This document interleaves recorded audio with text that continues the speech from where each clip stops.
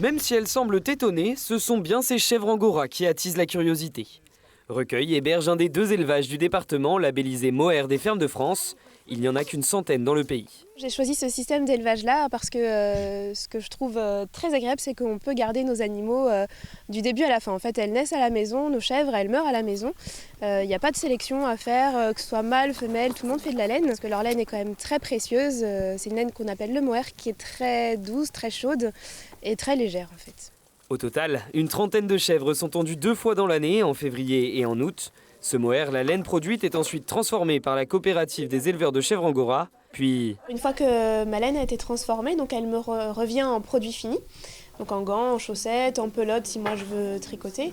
On a des étoles, des écharpes, des bonnets, il y a tout un tas d'articles que moi je recommercialise donc à la boutique, à la ferme, en ligne ou sur les marchés ponctuels.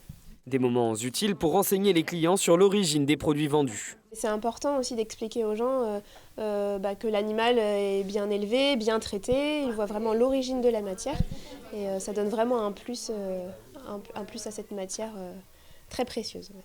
On sait d'où vient ce qu'on achète, quoi. Tout ce qui est ici, on sait que c'est fait, que c'est du local. Des locaux qui découvrent pour la première fois cet élevage, commencé en 2016. C'est un endroit, alors qu'on n'est pas très loin, où on n'était jamais venu. Et puis on a vu les chèvres, donc, qui ont quand même une bonne tête. Et puis tout ce qui est ici dans cette boutique, c'est magnifique. Du coup, on a acheté à la boutique.